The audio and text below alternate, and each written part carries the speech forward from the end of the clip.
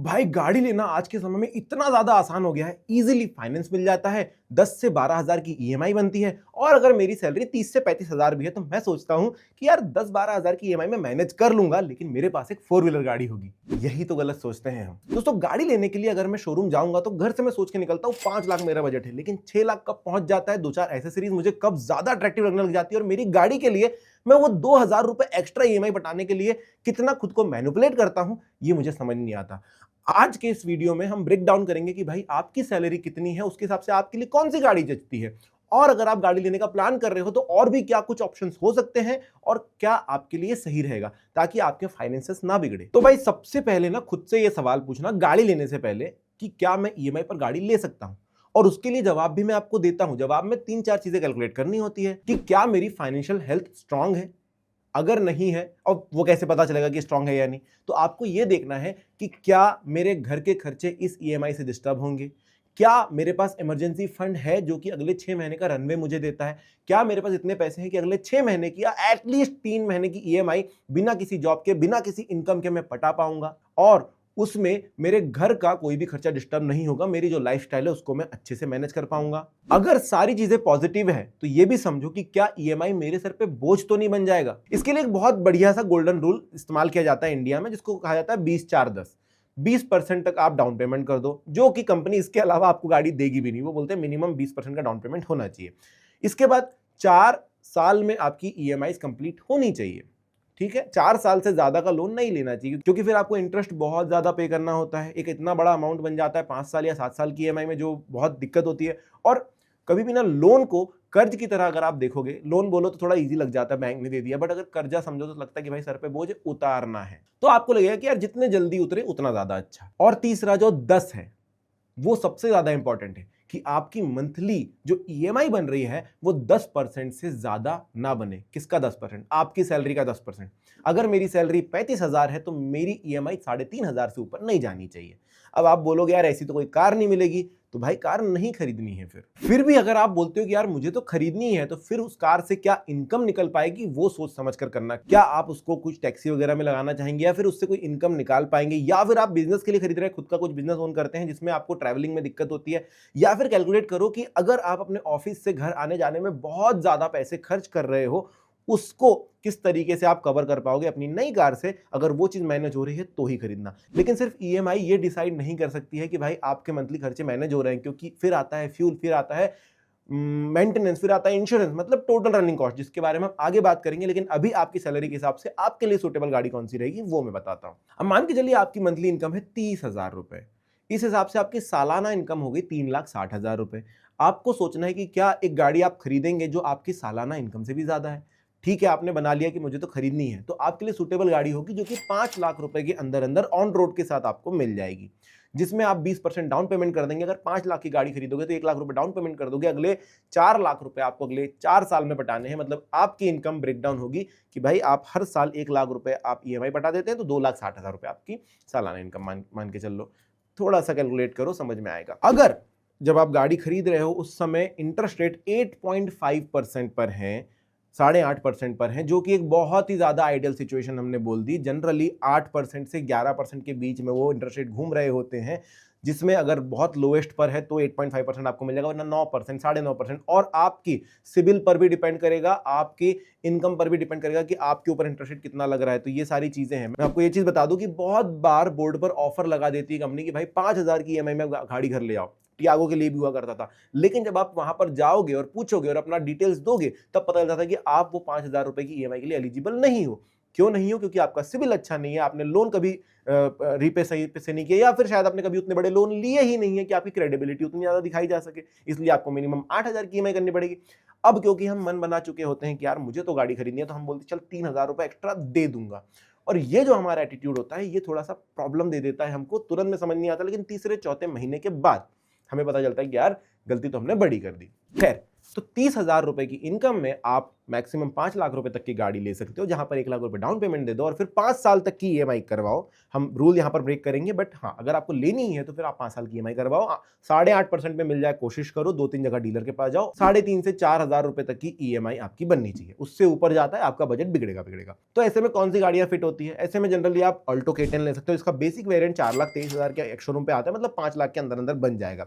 थोड़ा बहुत एक्सटर्नली आप बाहर से लगवा सकते हो 15-20 हजार रुपए का, उससे ज्यादा मत जाना। कोशिश करना कि आपकी टोटल ओवरऑल कॉस्ट जो है गाड़ी खरीदने की वो 5 लाख के अंदर है। दूसरा, आप ले सकते हो एस्प्रेसो, जो कि थोड़ी सी महंगी पड़ेगी अल्टो के मुकाबले, लेकिन हाँ, आपको एक गाड़ी प्रॉपर मिल जाएगी। या फिर थोड़ा वेट कर लेना, मे बी आपकी नेक्स्ट सैलरी हाइक में आप एक बेटर गाड़ी ले पाओगे। दूसरा, अगर आपकी मंथली इनकम 50,000 के आसपास है तो ऐसे कैलकुलेट करोगे, आपको पता चलेगा आपके पास 6 से 8 लाख रुपए तक का बजट है कि जो गाड़ी आप खरीद पाओगे। 6 से 8 लाख रुपए तक की गाड़ी आप खरीद सकते हो और आप कितना ईएमआई पटा सकते हो। तो 50,000 के हिसाब से 10% कितना होता है? 5,000 रुपए। चलो थोड़ा सा इंक्रीज करते हैं, 6,000 रुपए तक की ईएमआई आप दे देना। अब 6,000 रुपए की ईएमआई प्लस थोड़ा सा डाउन पेमेंट करके आपके लिए 6 से 8 लाख की जो गाड़ी आ रही है, उनमें कौन सी गाड़ियां शामिल हो जाएगी? उनमें आती है वैगनआर, टियागो और एक्स्टर जैसी गाड़ियां। लेकिन इनके भी बहुत बेसिक या सेकंड बेस मॉडल्स आएंगे। आप इसमें टॉप एंड पे जाएंगे तो लग्जरी के चक्कर में आप एक्स्ट्रा खर्चा दे देंगे। कोशिश करना कि अपने बजट के हिसाब से आप वेरिएंट चूज करें, ना कि फीचर्स के हिसाब से, क्योंकि आप एक स्टेप ऊपर लेंगे, मतलब एक वेरिएंट ऊपर का चुन लेंगे और आपकी ईएमआई लगभग 500, 700, 800 रुपए से बढ़ेगी। सुनने में बहुत सस्ता लगता है, ठीक है, 800 रुपए तो मैं यूं ही खर्च कर देता हूं 2-3 दिनों में। दोस्तों, जब ईएमआई आती है तो दिक्कत होती है, और वो आपको 6 महीने की शायद बाद पता चलेगा। अगला है, अगर आपकी इनकम 75,000 रुपए के आसपास है मंथली, तब आपके पास ये ऑप्शन आता है कि आप 9 से 12 लाख रुपए खरीद सकते हो, मतलब एक base variant SUV, compact SUV ले सकते हो। अब इनमें आपकी ईएमआई बन जाएगी 75,000 रुपए आपकी पेमेंट है, इसका मतलब 7,500 से 8-9 हजार रुपए तक आप ईएमआई पर दे सकते हो। अब देखो, आप यहां पर थोड़ा सा बैंडविड्थ में थोड़ा सा एक्स्ट्रा बढ़ाता हूं, क्योंकि 75,000 रुपए इनकम में आप 9,000 रुपए तक ईएमआई इजीली दे पाओगे। यहाँ पर 10% है, थोड़ा सा स्ट्रेच कर पाओगे, बहुत ज्यादा तकलीफ नहीं होगी। परसेंट वाइज बहुत कम इंक्रीज होता है। तो 7,500 से 9,000 रुपए के आसपास आपको जो है ईएमआई पड़ेगी। 9 से 12 लाख रुपए आपका गाड़ी का अमाउंट है। तो गाड़ियां होंगी, बलेनो ले सकते हो आप। अगर आपको एसयूवी सेगमेंट में जाना तो आप फ्रॉन्क्स ले सकते हो, या फिर बेसिक वेरिएंट नेक्सॉन खरीद सकते हो, या फिर अमेज ले सकते हो अगर आप सेडान लेना चाहते हो तो। लेकिन अगर आपको लेनी है भाई थोड़ी और महंगी गाड़ी, 12 लाख से 15 लाख के बीच के बजट है आपका, आप वो लेना चाहते हो, तो आपको याद रखना है कि आपकी सैलरी कम से कम 1 लाख रुपए होनी चाहिए मंथली, ताकि आप सालाना 12-13 लाख रुपए कमा रहे हो, तब आप उतनी बड़ी गाड़ी का सोच सकते हो। तब आपकी जो है ईएमआई वो 10 से 12 हजार रुपए बनेगी। अब आप ये कहोगे, बहुत सारे लोग जो हैं वो गाड़ी खरीदते हैं जिनकी इनकम 70,000, 80,000 होती है और ईएमआई बता रहे होते हैं 15,000 रुपए, 17,000 रुपए। तो ऐसे में क्या होता है ना दोस्तों, कि थोड़ा सा एक्स्ट्रा बर्डन लेकर के चलते हैं वो। अब ये जो रूल हमने बनाया है, इसमें और भी ज्यादा, मतलब आप घर में और भी चीजें हो सकती है, और भी अप्लायंसेस हो सकते हैं जिनका खर्चा आप दे रहे हैं, और भी मैनेजमेंट हो सकती है जिनका खर्चा आप दे रहे हैं। अगर कुछ भी आपके ऊपर नहीं है, अगर कोई भी खर्चा नहीं है, एकदम आइडल हो आप, अभी कुछ भी आपने लोन नहीं ले रखा, कुछ भी नहीं ले रखा, तो आप थोड़ा सा इस परसेंटेज को इंक्रीज कर सकते हो, क्योंकि वहां पर आपको इमरजेंसी फंड में जो पैसे डालने हैं वो डल जाएंगे, जो इन्वेस्टमेंट्स करनी है वहां प्रॉब्लम नहीं आएगी, और जो सेविंग्स करनी है वहां प्रॉब्लम नहीं आएगी। लेकिन अगर आप और भी खर्चे लेकर के गाड़ी भी उठा रहे हैं तो थोड़ा सा संभल के चलिए। अब जो लोग 12 से 15 लाख की गाड़ी सोच रहे हैं, उन लोगों के लिए कौन सी गाड़ियां हैं? तो भाई आप ऐसे में नेक्सॉन खरीद सकते हो। ऐसे में बहुत सारी गाड़ियां आती है, जैसे कि ग्रैंड विटारा खरीद सकते हो, उसका बेसिक वेरिएंट, ब्रेजा खरीद सकते हो, ऐसी बहुत सारी गाड़ियां। फिर वेन्यू खरीद सकोगे। हर एक कंपनी में थोड़ी थोड़ी गाड़ियां होंगी। आपको अगर चाहिए तो आप मुझे कमेंट में बताओ कि भाई ये 3 ऑप्शन मैं सोच रहा हूं, तो कौन सी लेनी चाहिए, मैं आपको वहां पर बता दूंगा कौन सी लेनी चाहिए। फिलहाल हम सिर्फ प्राइस के बारे में बात कर रहे हैं। अब आप ये बोलोगे कि भाई मेरी इनकम 75,000 है तो मैं 20,000 की ईएमआई भी दे सकता हूं। बिल्कुल, बहुत अच्छी बात है, आप बिल्कुल दे देना। लेकिन ये याद रखो कि आपने सिर्फ ईएमआई ही सोची है, फिर आपने फ्यूल कॉस्ट नहीं सोचा, आपने मेंटेनेंस नहीं सोचा, आपने इमरजेंसी खर्चा नहीं सोचा कि कभी टोल कट जाएगा, कभी चालान फट जाएगा, या फिर कभी गाड़ी का छोटा मोटा सा अगर स्क्रैच पड़ गई तो खर्चा बैठ जाएगा। हाँ, तो आपने मतलब टोटल मंथली कॉस्ट नहीं निकाली, रनिंग कॉस्ट नहीं निकाली, आप सिर्फ ईएमआई सोच रहे हो, और वो भी अगर आपको बर्डन लग रही है तो फिर समझो एक छोटा सा स्क्रैच आपको पूरी तरीके से खाली कर देगा आपकी जेब। तो चलो ईएमआई के साथ साथ बाकी खर्चे भी कैलकुलेट कर लेते हैं। अब देखो, 103-104 रुपए लीटर भी पेट्रोल चल रहा है। इसके हिसाब से अगर आप पेट्रोल गाड़ी लेते हो तो सीएनजी लेते हो या फिर जो भी लेते हो, आपकी गाड़ी का हमने निकाला एक खर्चा कि भाई चलो पेट्रोल छोड़ो, 5 से 7 रुपए पर किलोमीटर के हिसाब से गाड़ी चलती है पेट्रोल में, जो कि मैं बहुत आइडियल सिचुएशन ले रहा हूँ। जनरली 8 से 9 रुपए भी लगते हैं अगर आप सिटी में चल रहे हो तो। अगर आप डीजल या सीएनजी लेते हो तो आपकी गाड़ी 4-5 रुपए लेगी। अगर आप ईवी ले लेते हो, जो कि ऑफ कोर्स बहुत महंगी है, जो कि आपको 15 लाख में मिलेगी नहीं, फिर भी अगर आप लेते हो, टियागो ले लिया आपने 10 लाख के अंदर वाली, तो आपको 1.5 से 2 रुपए पर किलोमीटर पड़ेंगे। तो ऐसे में ईवी को थोड़ा साइड में रखते हैं, अगर आप पेट्रोल डीजल लेते हो तो आपको देखो 3 से 4,500 रुपए के आसपास पेट्रोल खर्चा आने वाला है मंथली। अब आपने गाड़ी ली तो उसको बांध के तो नहीं रखोगे, कि भाई सामने रखी है, बस मेरे घर के सामने रखना है। आप थोड़ा बहुत चलाओगे तो लगभग चल चल के 500 600 800 किलोमीटर तो चल जाएगी। तो समझ लो कि भाई हाँ 3000 के आसपास पैसे खर्च हो गए आपके। और अगर आप डेली हम कम्यूट करो तो फिर 6000 भी जाएगा वो खर्चा। दूसरा दूसरा इंश्योरेंस। जब इनिशियल आप खरीदते हैं ऑन रोड प्राइस में वो कैलकुलेटेड होता है, लेकिन अगले साल फिर वापस आएगा 12 से 13,000 रुपए लेकर के। उस पर भी अगर आप एड ऑन्स डलवाते हो कि भाई मुझे ये भी चाहिए, मुझे वो भी चाहिए, मुझे वो भी चाहिए, मुझे ये भी चाहिए, तब आपका इंश्योरेंस का खर्चा बढ़ जाता है, वो हो जाता है 20,000 रुपए तक। आपने कुछ नहीं लिया, एकदम आइडल गाड़ी ली, 12 से 13,000 रुपए आपको खर्चा लगने वाला है इंश्योरेंस का। इसके बाद सर्विस एंड मेंटेनेंस। बहुत सारे लोग बोलेंगे मैंने आज तक 1 रुपए खर्च नहीं किया, मैंने मेरी 3 फ्री सर्विसिंग थी वही करवा ली, मेरे को 2-3 हज़ार का खर्चा है। ऐसा नहीं होता। मेंटेनेंस में व्हील बैलेंसिंग आप करवाते हो, बहुत बार आप व्हील अलाइनमेंट करवाते हो, किसी समय कच्चे रास्ते पे चले गए तो वो भी खर्चा। तो हम सारा कैलकुलेट नहीं करते, हम सिर्फ ये बोलते हैं सर्विस सेंटर पे गया था, ये देखो ये बिल बना है। बाकी चीज़ें कहाँ हैं? आपने नहीं करवाई, आपने हो सकता है कभी नाइट्रोजन भरवाई हो किसी ऐसे पेट्रोल पंप पे जहाँ पर पैसे लगते हो, तो वो भी तो मेंटेनेंस में आता है। वो सारा आपकी जेब से ही तो जा रहा है, ऐसा तो नहीं है कि वो पैसे अलग से आए थे। तो ये सब मिलाकर आपके 2 से 8,000 रुपए 9,000 रुपए खर्च होते हैं, जो रियलाइज़ नहीं होते। इसके बाद फाइन, टोल, पार्किंग, इन सब के खर्चे। कई जगह पर पार्किंग महंगी होती है। आप 4 व्हीलर लेकर गए थे, 2 व्हीलर लेकर आते तो 20 रुपए लगते हैं, 4 व्हीलर के 50 रुपए लग रहे हैं, पैदल जाते तो कुछ भी नहीं लगता। पार्किंग, आप खुद की गाड़ी लेकर गए, इसका मतलब ये तो नहीं कि आप सस्ते में चले गए, आपने खुद का पेट्रोल जलाया है, खुद का समय दिया है, खुद का फिर पार्किंग के पैसे दे रहे हो। इसी तरह कभी फाइन लग जाता है, फाइन का कोई भरोसा नहीं है, गलत गाड़ी हम चला लेते हैं कभी कभी और थोड़े बहुत लग जाते हैं 1000 1200 1500 2000 रुपए। और कभी टोल का टैक्स भी लग सकता है, आप इंटरसिटी कर रहे हो, बीच में टोल है, उसके पैसे लग जाते हैं। तो ये सब कभी एक अमाउंट एक्स्ट्रा पकड़ के रखो कि भाई हाँ चलो 1000 1200 रुपए लग गए, ये 1000 1200 रुपए मंथली लग सकते हैं। आप जितना ज़्यादा चलाते हैं उतना ज़्यादा खर्चा हो सकता है। और गाड़ी की वैल्यू भी हर महीने गिर रही है। मतलब आप सोच रहे हो कि रीसेल में सब कुछ कवर हो जाएगा, तो ऐसा नहीं होता। 10 से 15% 20% के आसपास तो गाड़ी की वैल्यू तुरंत घट जाती है। आप 2 महीने बाद भी बेचोगे तो आपको पता चलेगा कि बहुत बड़ी वैल्यू जो है मैंने गवा दी। उसके बाद 1 साल के बाद तो और ज़्यादा हालत खराब हो जाती है। तो ऐसे मिला मिलाकर अगर आप बोलोगे कि मेरी EMI 12,000 रुपए की है, तो आपको पता चलेगा कि एक्चुअली आप मंथली 17,000 रुपए खर्च कर रहे हैं। 5,000 रुपए एक्स्ट्रा लग जाता है, चलो 4,000 रुपए लग गए तो आप 12 से लेकर 16 तक पहुंच गए। पेट्रोल पकड़ लिया, इंश्योरेंस को मंथली में तोड़ लिया, ऐसे बहुत सारी चीजें मिलाकर। तो इसीलिए वो रूल बना है कि आप 10% EMI देंगे तो ये एक्स्ट्रा खर्चा बर्डन नहीं लगेगा, वरना EMI ही ऑलरेडी बर्डन है और उसके ऊपर एक्स्ट्रा खर्चे हैं, नहीं सह पाओगे। कुछ कंडीशंस हैं जिसमें तो मैं आपको बिल्कुल बोल दूंगा कि गाड़ी लो ही मत, पहले समय को बीत जाने दो। कब? जब आपके पास इमरजेंसी फंड नहीं है। आप बोलोगे यार चलो 6 महीने का बोलते हैं लोग, मेरे पास 5 महीने 4 महीने का तो है, तो ले लेता हूं। नहीं, क्यों? क्योंकि इमरजेंसी फंड आपने सिर्फ अभी तक अपनी सेविंग्स के लिए निकाला था, अपने घर के खर्चे के लिए निकाला था, अपने थोड़ी बहुत इमरजेंसी के लिए निकाला था। आपने गाड़ी की EMI उसमें कैलकुलेट करी ही नहीं है। अब आप गाड़ी खरीद लेंगे तो एक एक्स्ट्रा EMI का खर्चा तो बैठेगा ना, वो भी तो इमरजेंसी फंड में होना चाहिए। मतलब आपने जो 4 महीने का इमरजेंसी फंड निकाला हुआ है वो ऑलरेडी अगर गाड़ी लेते हो तो 2 महीने का हो गया है।